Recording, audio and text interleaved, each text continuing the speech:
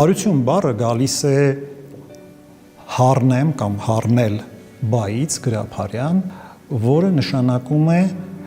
նախ ոտքի կանգնել։ Երկրորդ նշանակում է արթնանալ։ Եվ երրորդ նշանակում է հարություն առնել մեռելներից։ Այսինքն հարությունը դա ոտքի կանգնած վիճակ է։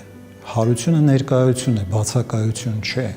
երբ մենք կանգնած ենք Աստծո առջև, աստվածային իրականության առջև, մենք կանգնած ենք Աստծո սիրո մեջ։ Սա շատ կարևոր է կանգնած լինելը, ներկա լինելը։ Երբ Աստված ասում է՝ ուր ես, ասում ես՝ ես այստեղ եմ, Տեր, կանգնած եմ քո առջև։ Ես չեմ փախչում քո ներկայությունից, չեմ փախչում պատասխանատվությունից, քոնն եմ ես։ Սա է հարությունը։ Հարություն նշանակում է արթնություն,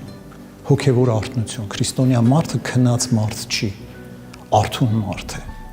Այն գիտի ինչ է իրեն տրված, այն հասկանում է կյանքի արժեքը եւ իր արթնությամբ